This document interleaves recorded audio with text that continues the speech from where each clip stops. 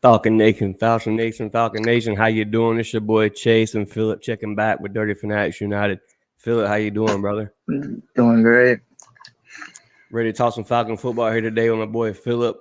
Got a great show for y'all today. Rundown on the topics for y'all today. We're talking about the NFC South Division leaders. What could year two hold for Drake London? New England continues to bash ATL. 2,000 consecutive days without a winning record. Who would lead the team in sacks this season? Deion Jones still a free agent, and much more to discuss today with my boy Philip. Philip, how's your weekend been, brother? What you been doing?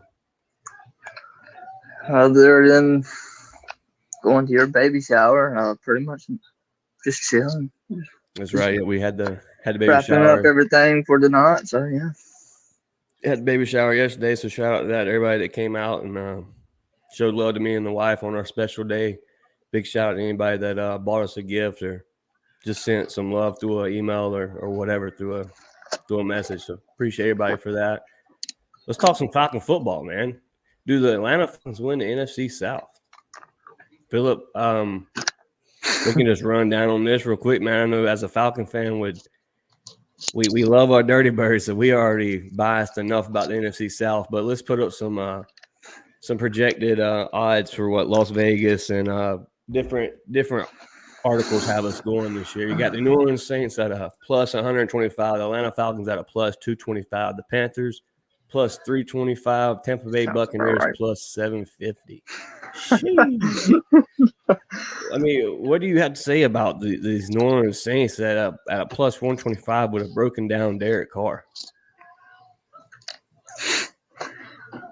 I'm lost out of words for them putting them that high to begin with. Other than I just I don't know. It's just It don't mind even blowing. It don't seem make right. sense. It don't Yeah, make just sense. because last year you look at it, they didn't have too great of a stellar season themselves. So we were And all nothing. battling. We were all pretty much battling at the end of hell. What was it? Week 10, I believe it was, or week Last 11. 4 games, we were Yeah, we battling were which all one would take battling the playoff slot. who would take the division, and so I mean, if you look at it, the odds aren't too bad, but they still disrespect kind of to the Falcons with just a plus 225. That's a whole another plus 100 over the Saints. So boo to that. But anytime the Falcons are brought up, and you know, second place in the division is not bad. That's definitely an upgrade from what we've done this year or from what we've done last year and the years before, because we've been pretty down bad here these past few years, and it just goes to talk about when you look at this segment here, the New England Patriots talking trash. It's going to happen until we make that These Super Bowl run. guys. These Speaking of guys. this, here, these guys. I'm going to throw a little picture up here about the New England Patriots still trashing the Atlanta Falcons with their first official threat of the year. They go with a blow at the Falcons, 28-3. They say official threat account of 6-time champion New England Patriots. Their first comment at 28-3. I think it's a big low blow, but as a brand like that, man, if you look at it, they have the right to talk the trash. They did make the comeback, something we don't like to discuss over here, but it's something that very well happened. Philip, your thoughts on the Patriots still talking about something that happened in 2017? What's your thoughts on that? Get a new joke. I mean, Right? honestly, why are you still worried about us back in something that happened, 6 years ago? Come Yeah, on that's now. crazy. Where about your team? 'Cause we both in the same spot right now. Y'all do you, we'll do us. All right? Y'all worry about y'all before y'all worry about us. 'Cause Right. trust me, Very true. y'all ain't there yet either. So Well, just I mean, stay in your lane. it's very it's very aggravating as a Falcon fan to always hear that, knowing that half of the people that's on the squad now had nothing to do with what's going on back then. You know, this is a whole new football team, new coach, new regime. So to get over the 28-3, man, we've got to win. We got to execute, and that's big this season for not only Desmond Ridder but for Arthur Smith. There's articles going around about Arthur Smith possibly on the hot seat. What your takes on that, Philip? Personally, I feel like it's too early to say that in particular. He's just now building his team to how he wants it now.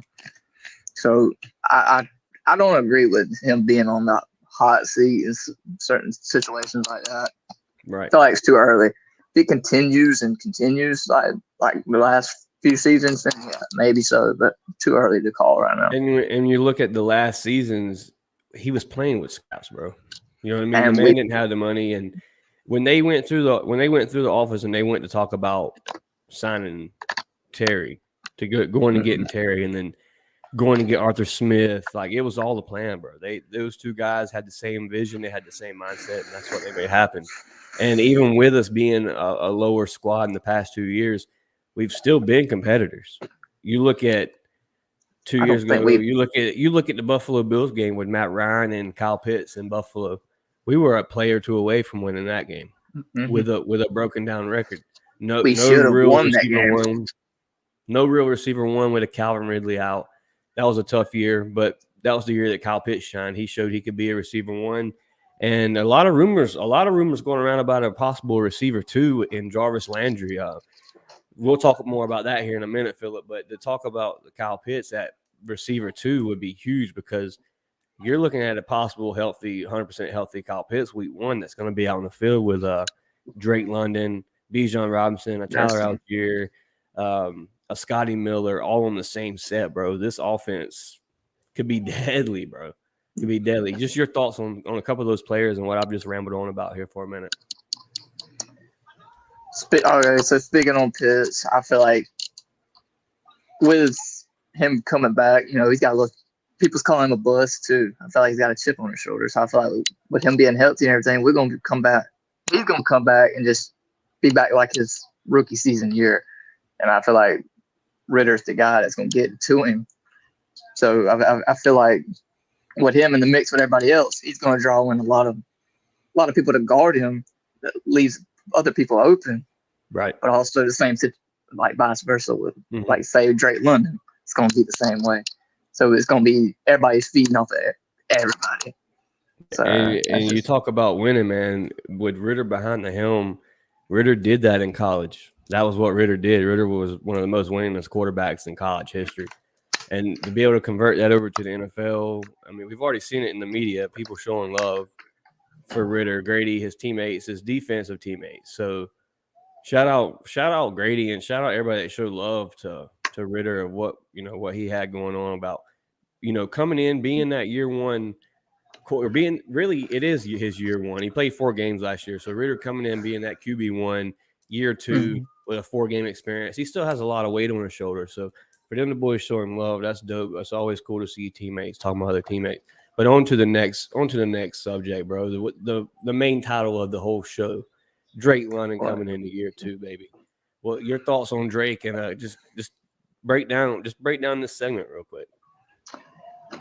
Okay, so for year 2, bro, all right. Year 1 was already crazy enough.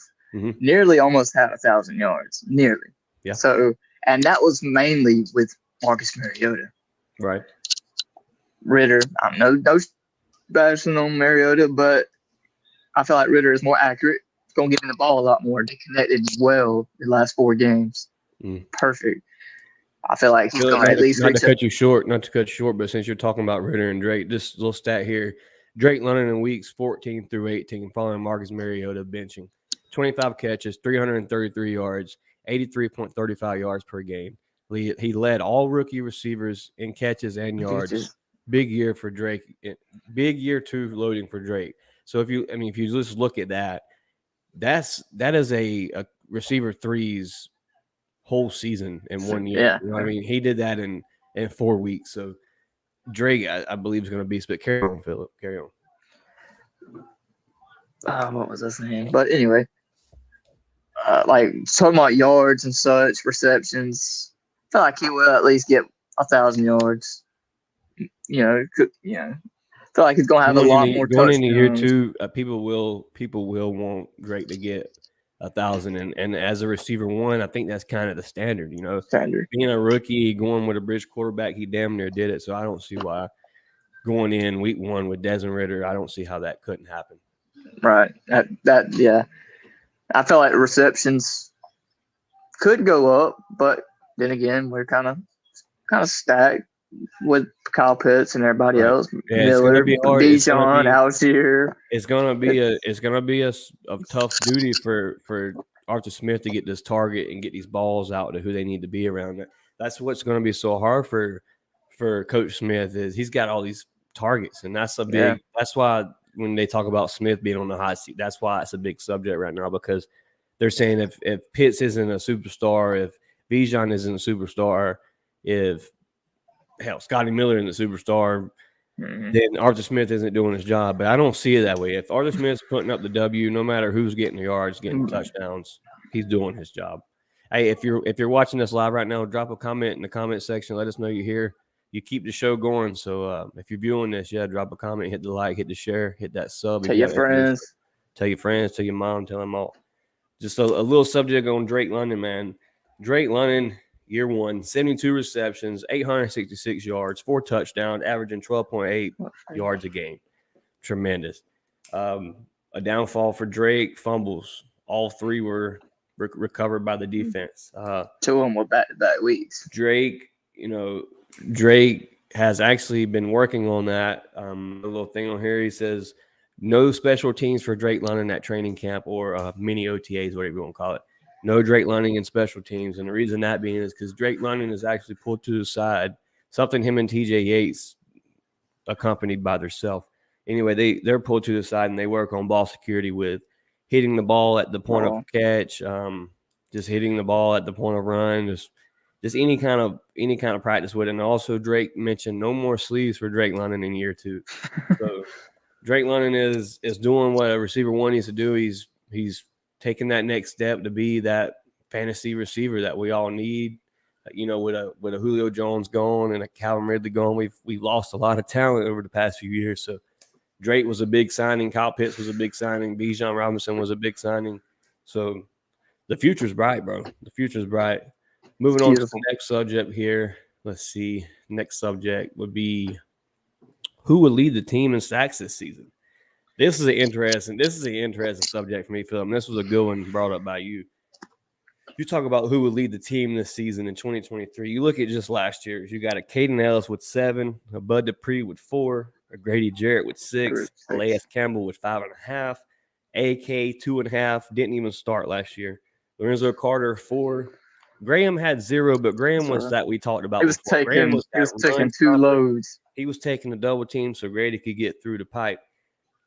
You look at and D'Angelo Malone. People sleep on D'Angelo Malone, but his rookie season he had 1 sack and he didn't play much last year as well. So D'Angelo Malone's a guy to watch. Feel like your breakdown on who leads the team in sacks. Let me know something, and I'll give you a guy and what I think he targets around this season.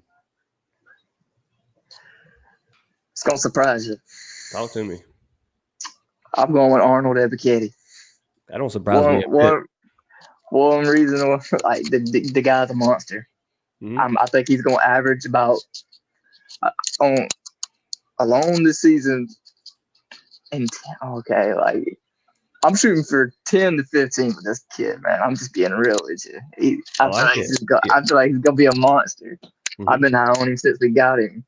He's just, I don't know. I just got that feeling he's just gonna bring that monster in on the side of him and gonna get to the quarterback.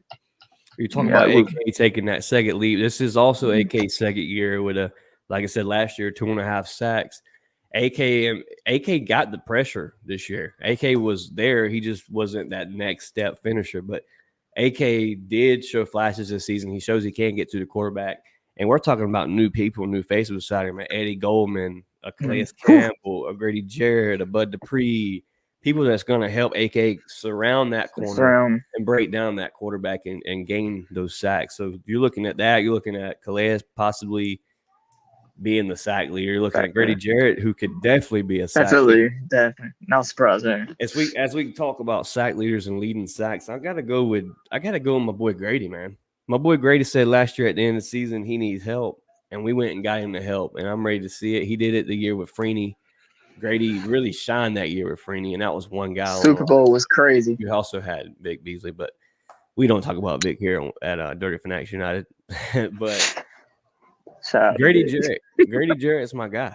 Grady Jarrett, I believe, targets around. I'm giving Grady double digits, man. I'm going for 11 sacks this year for Grady. I want to see a 40-plus sack defense this season. There's no reason we can't do it with the mind of people that we brought into the building with Ryan Nilsson. He's a defense guru, so I'm ecstatic for it. But subject as we're talking on defense, I got to throw out there somebody that really made a mark in the A when he was here, Deion Jones. Deion Jones is still a free agent.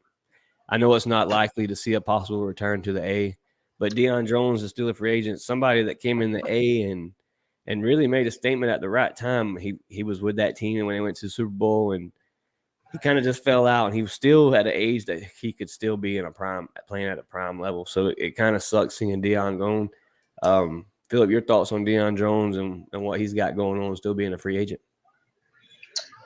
I think it could be a possible return sometime, maybe for like I don't know, just the way kind of, I think the injury that he had kind of slowed him down, and it kind of screwed him. But I feel like if you could work and get to, like with certain trainers, you can get back to that level. If you get back to that level, then you could possibly see he was the number one linebacker at one point. That's his rookie season. So you could possibly see that if he gets back to that. But if not, you could see him be like a rotation guy, which is not bad at all. Right. I don't see it likely for him to return, but I mean, it would be nice because I like Deion. Debo was that guy.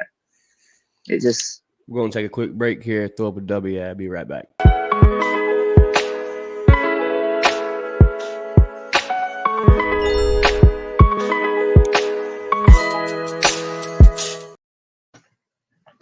And we back. Hey, man, check out W. Make sure you use code Dirty Birds. That's all caps. Dirty Birds with an S. Get the free energy blend. My boy Philip over there drinking on it right now. Today's flavor that I've been checking out, Beach and Peach. It's a mango white peach cooler energy drink. Check them out. Easy, cheap, little 20 bucks for a whole tub with our discount code. So that's always a plus. Shout out W for sponsoring us. First ever sponsor. Back on some Falcon talk, man. Something that kind of really, really blows that I don't want to bring up, but we got to bring it up. 2,000 consecutive days without a winning record here in the A. Philip, your thoughts on that, and what do we need to do to change that around? That is a tough one. All right. But what we got to do is just play some ball. We got the players. They got the hype. They got the beliefs. They got the mentality. Just got to go out there and believe in themselves and just play to the best of their ability. Just play be you. Some great football. Absolutely. Be a team. Be a team. A unit is important, and that's what you need. Just believe in everybody out there, whether they play every 5 minutes or not. Else's fans need to believe in them too. Mm-hmm. It's just they can see what they see, hear what we say. That can bring them down. We need to hype up our team, get them together, and that's how you going. This is how you gonna kill that 2,000 consecutive win or without a win drought. That's just simple. When you look at the 2,000 consecutive days without a winning record, it really fucking hurts, man, because we haven't really experienced that since 2016, 2018 post-era. But when you think about it, and when I say what we need to do, everything you said, Philip, made 100% facts, because we do have to pack out the bins. The bins needs to be full. We need to be in our seats. Sure. We need to be getting loud. First, second, third downs. We need to be standing up. We need to be hollering for the birds, because that not only does that bring the defense, but that brings the morale for the whole team, and everybody feels the drive. Philip, we've seen it. We've been on the field during a game, hollering at the people, hollering at the fans the players on the sideline. They'll interact with you. They'll hype up with you, because that gets them into the game. So when you talk about that, yes, you're 100% right. We do need to be at the game, be in our seats. But as a whole, as a team, we've got to play better ball. We've got to finish games. We've got to execute. Desmond Ridder and Arthur Smith has to be on the same page this year. Them boys have got to get it rolling, and they got to get it rolling early. We don't want a slow start. I don't want to lose in game week 1. I want that to be a dub. That's a NFC South division game. Needs to be a dub. It's a spoiler. It's got to be a dub. It's a spoiler. We take the dub. You talk about Ryan Nielsen. I don't think it's a spoiler at all because bump the Pansies. But when you talk about Ryan Nielsen, you talk about all these signings. You got Ryan Nielsen, Caden Ellis, Bud Dupree, Calais Campbell, Lorenzo Carter, all these sign-ins and re-signings. Arthur and Terry really did their work this year, and they went in on a hard job because we had a lot of people that fought last year. So I think it's already been turned around, and I think that 2,000 consecutive days without winning record is halted at the end of this season. Hopefully, with a deep playoff run by the Birds, possibly a Super Bowl run. That's a whole nother subject for another day when we get further off into the season. But there's so much to talk about with these Falcons because this is a young team and they're already getting so much love through the NFL and some of these broadcasters. Your thoughts on that, Philip? What do you think? Shoot. I don't even know. Give me a sec. I was out of space, man. I was thinking No, of I'm just thinking of about something how in the much game. love the Falcons have been getting, man. How much love the Falcons have been getting from social media to the national network to just people on Facebook and on Twitter. What's your thoughts about that, and what do the Falcons need to do to continue that? Well, it's simple. We just gotta win. We gotta show them that we're here. We gotta show them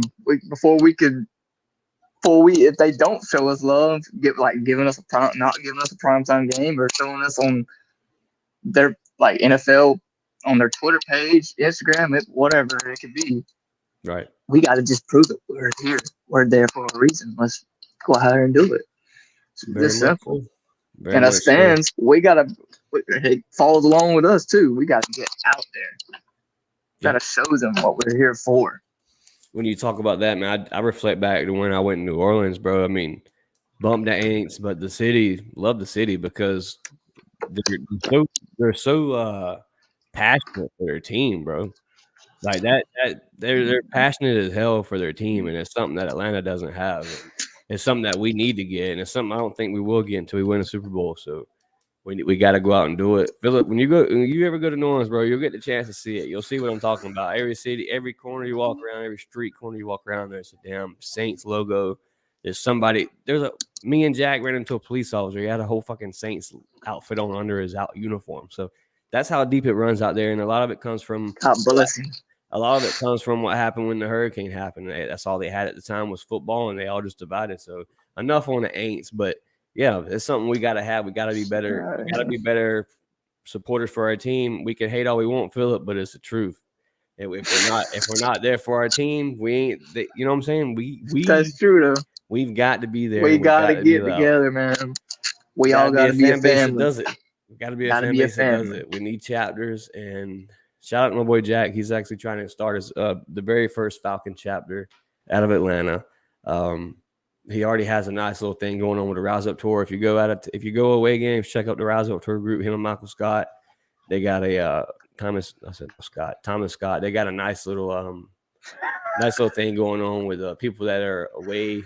They meet up. They have parties, meet new friends. It's just have a blast, bro. It's a good time. But Philip, man, this bout wraps us up for today with the Falcon talk. It's been a kind of a. Actually, I do have one final announcement, and it's a huge announcement. The Falconator will be here tomorrow night with me and Philip, your boy, talking some Falcon football. The Falconator, if you don't know him, what you doing? Because this man announced the NFL draft for. He's a super. Not only did he announce the NFL draft, but he's a freaking super fan. He's been a fan for years. And seen him at plenty of games. You talk about the Patriots. He actually shot a fire back at somebody. And if you out. can't see it, you must live under a rock because the man went viral. He was on, I forget the guy's name, the Rick Eisen show. He was on the Rick Eisen show talking to Rick. He's been on a couple other shows. He's actually been on one time for the fans. So we're excited about the Falconator coming over. His real name, Vinny Dorsey, but he goes by the Falconator. So shout out Vinny and what he's got going over there. He actually has, I think, a charity event that he does for a good cause. So check that out. That about wraps it up over here for the Dirty Bird Talks. This is your boy Chase. Philip, any shout outs? Shout out to everybody in the comment section if you're there or anybody watching. Shout out to, just shout out to all of you. Shout out to Dirty Bird fans, shout out to DFU, which is us, obviously. Shout out to God for giving us the opportunity to be able to sit here and talk about this, man. This is great. Facts. Anybody that tuned in tonight, man, shout out to y'all. If you haven't hit that sub, we've grown tremendously today. We went from 127 to 133. The live chat's been kind of dead today, but I understand it's a dead point in the NFL. There's not a lot going on. There's not a lot of news to bring you, so we're just bringing the pop-up shows going to keep our name out there, to keep y'all interested on what we got going on over here. Another announcement: we will have a poll up for our giveaway. It's either going to be a bucket hat or an NFL draft hat.